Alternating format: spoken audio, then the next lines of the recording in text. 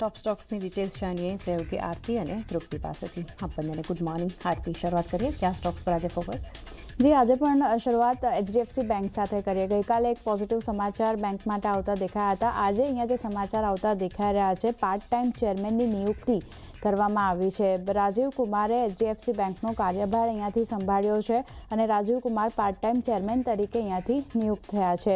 હવે ભૂતપૂર્વ મુખ્ય ચૂંટણી કમિશનર અને નાણાં સચિવ રહ્યા છે Rajiv Kumar.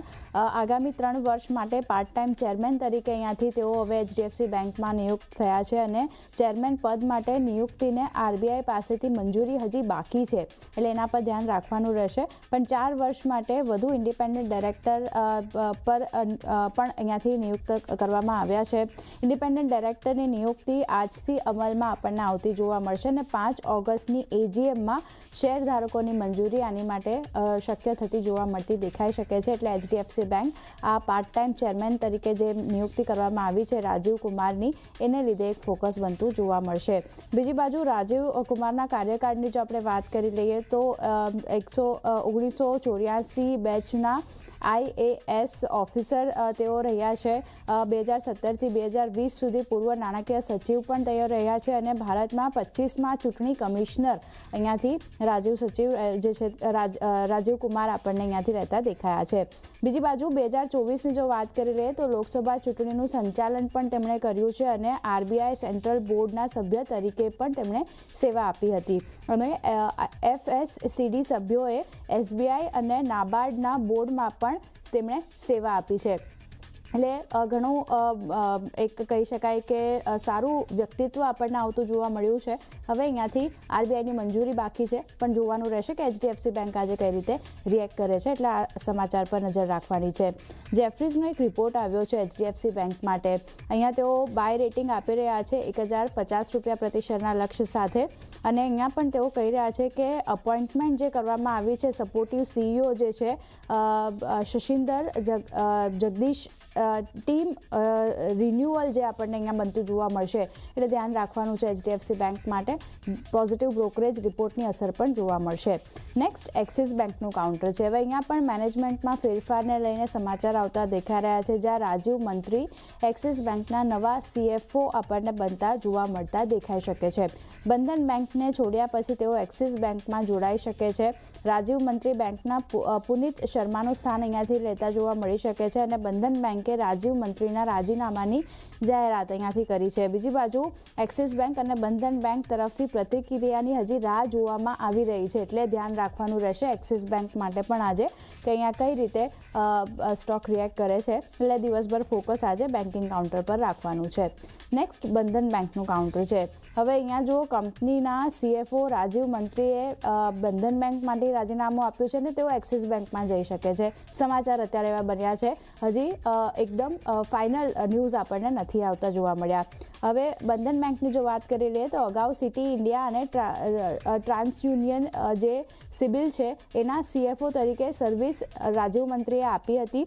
Standard ચાર્ટર્ડમાં senior finance role પર તેઓ 15 વર્ષ કરતાં વધુ અનુભવ તેમને છે અને આવા અનુભવી વ્યક્તિ હવે બંધન બેંકમાંથી રાજીનામું આપીને એક્સિસ બેંકમાં જઈ રહ્યા છે, એટલે ધ્યાન રાખવાનું રહેશે। બંધન બેંક, એક્સિસ બેંક આ બંને આજે ફોકસમાં રહેશે। Next counter sterling and Wilson renewable એનર્જીનું કાઉન્ટર છે। અહીંયા જોઈન્ટ વેન્ચર કરવાના સમાચાર આવતા દેખાઈ રહ્યા છે। ઇજિપ્તની કંપની હસલ અલ્લમ કન્સ્ટ્રક્શન સાથે 50-50 જોઈન્ટ વેન્ચર અહીંયાથી કંપનીએ કર્યું છે અને આશરે $560 મિલિયન ઓર્ડર માટે આ LOA કંપનીને મળતો દેખાયો છે। ઇજિપ્તમાં આવેલા વેસ્ટ મિનિયા સોલાર પ્રોજેક્ટ માટે કંપનીને ઓર્ડર મળ્યો છે। આ આખો પ્રોજેક્ટ જે છે તે જોઈન્ટ વેન્ચર દ્વારા જ પૂરો કરવામાં આવશે અને ડીલ કંપનીના ગ્લોબલ રિન્યુએબલ એનર્જી પોર્ટફોલિયોને વધુ મજબૂત બનાવશે। બીજી બાજુ કંપનીની ગ્રીન એનર્જી સેક્ટરમાં આ ઓર્ડરથી પકડ હજી વધારે મજબૂત આપણને થતી જોવા મળશે, એટલે એક પોઝિટિવ સમાચાર છે। ધ્યાન રાખવાનું છે સ્ટર્લિંગ એન્ડ વિલ્સન, અહીંયા એક એક્શન તેજી તરફની આવતી દેખાઈ શકે છે।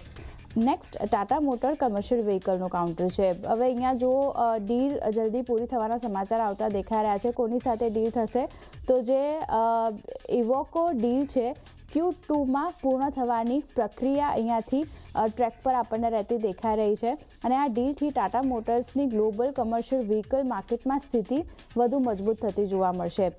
આ ઇન્ટિગ્રેશન કંપનીના લાંબા ગાળાના ગ્રોથ માટે મહત્વપૂર્ણ ડીલ આપણને બનતી જોવા મળતી દેખાઈ શકે છે, એટલે ધ્યાન રાખવાનું છે ટાટા મોટર કમર્શિયલ વ્હીકલ માટે. આના ઉપર ચંદ્રશેખરનું પણ અહીંયાથી નિવેદન આવ્યું છે અને તેમનું કહેવું છે કે આ ડીલથી ટાટા મોટર્સની શરૂઆતની વાર્ષિક ક્ષમતા સીધી 6 લાખ વ્હીકલ આપણને વધતી જોવા મળશે. બીજી બાજુ આ ડીલ પૂર્ણ થતાં જ ટાટા મોટર્સ વિશ્વની ચોથી સૌથી મોટી કમર્શિયલ વ્હીકલ ઉત્પાદન કંપની બનતી જોવા મળશે અને એક્વિઝિશન ટાટા મોટર્સની ગ્લોબલ મહત્વાકાંક્ષાઓને નવી ગતિ આપતી જોવા મળશે, એટલે ધ્યાન રાખવાનું છે. પોઝિટિવ આ ડીલને લઈને મેનેજમેન્ટ પણ બનતું દેખાઈ રહ્યું છે, એટલે ટાટા મોટર્સ કમર્શિયલ વ્હીકલ આજે નજરમાં રાખવાનું છે. એવી રીતે જ ટાટા મોટર પેસેન્જર વ્હીકલ માટે પણ સમાચાર આવી રહ્યા છે. ટાટા સેરા EVનું આજે ડેબ્યુ થવા જઈ રહ્યું છે. એક્સ શોરૂમમાં શરૂઆતી કિંમતની જો વાત કરી લે તો 18 લાખથી 24 લાખ રૂપિયા આપણને રહેતી દેખાઈ રહી છે, એટલે અહીંયા ટાટા મોટર પેસેન્જર વ્હીકલ માટે પણ ધ્યાન રાખવાનું છે. નવી EV આજે અહીંયાથી માર્કેટમાં ડેબ્યુ કરવા જઈ રહી છે, એટલે ધ્યાન રાખવાનું છે. પણ ઓવરઓલ વાત કરી લઈએ તો આજે બેન્કિંગ સ્પેસમાં HDFC બેંક, એક્સિસ બેંક, બંધન બેંક જેવા કાઉન્ટર ખાસ એક ફોકસમાં રાખવાના છે. પણ એ સિવાય પણ તૃપ્તિ ઘણા બધા કાઉન્ટર છે જ્યાં નજર રહેશે. ક્યાં સમાચાર?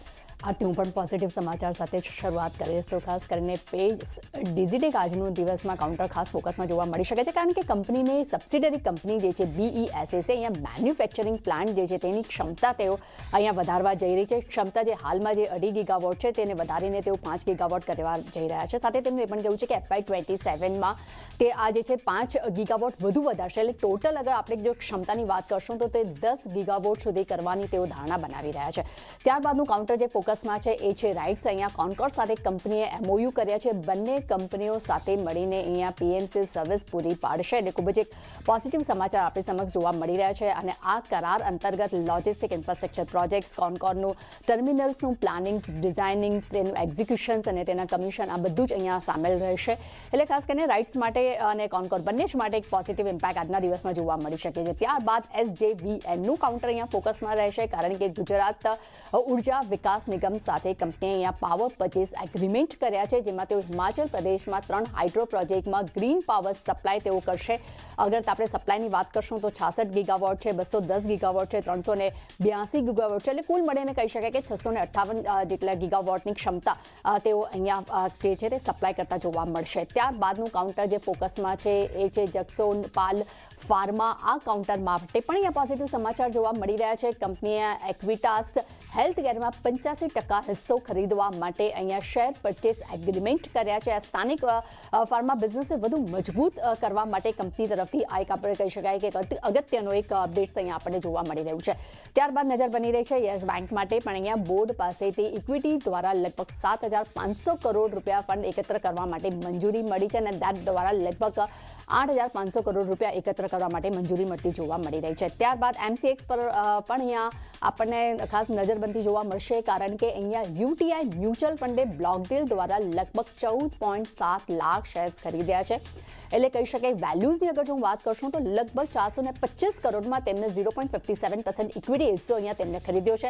એવરેજ પ્રાઇસની વાત કરશું તો તે 2,989.83 પૈસાની એવરેજ પ્રાઇસ પર તેમના હિસ્સો ખરીદ્યો છે, એટલે પોઝિટિવ સમાચાર અહીંયા જોવા મળી રહ્યા છે. અને છેલ્લે નજર કરશું SIS પર.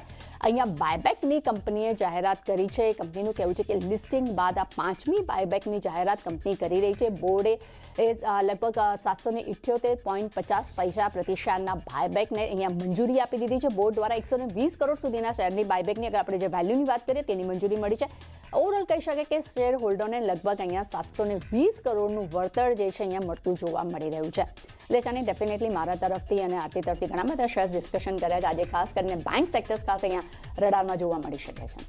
જી, બધા સ્ટોક્સ અને સેક્ટર ખાસ ફોકસમાં રાખીશું. આરતી અને તૃપ્તિ આપ બધાનો આભાર અમારી સાથે જોડાય અને ટોપ સ્ટોક શેર કર્યા.